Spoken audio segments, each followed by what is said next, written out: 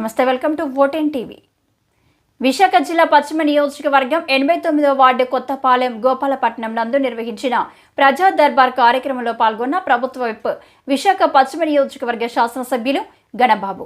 ప్రజా దర్బార్లో గణబాబు ప్రజల నుంచి సామాజిక పెన్షన్లు, ఇళ్ల స్థలాల మంజూరు, కొత్త రేషన్ కార్డుల మంజూరు, ఇంటి పనుల పేరు మార్పులు కొరకు అధిక సంఖ్యలో దరఖాస్తులు వచ్చాయి. అప్పటికప్పుడు అధికారుల సమక్షంలో గణబాబు పరిష్కారానికి చొరవ చూపారు.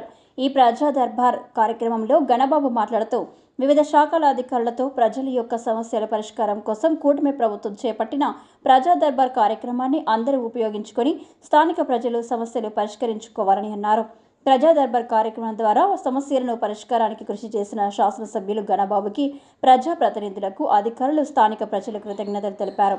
ఈ కార్యక్రమంలో 89వ వార్డు corporator Dadi Venkata Ramesh, June 8 zonal commissioner Haimavathi, TDP నాయకులు బొడ్డేటి విజయ్, విద్యుత్ శాఖ అధికారులు, జీవీఎంసీ అధికారులు, రెవెన్యూ, సివిల్ సప్లయర్స్, హౌసింగ్ అధికారులు, గవ్వ భాస్కర్, దొడ్డి చంద్రశేఖర్, దాడి సురేష్, సచివాలయ ఉద్యోగులు, అధిక సంఖ్యలో ప్రజలు మొదలగు వారు పాల్గొన్నారు.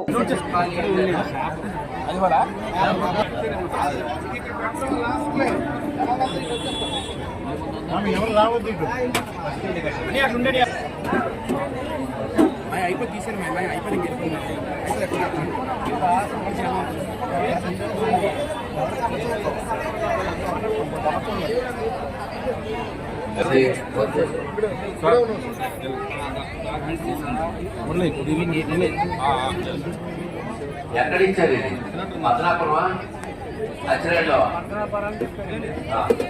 ఇది ఒకసారి వెరిఫై చేయండి.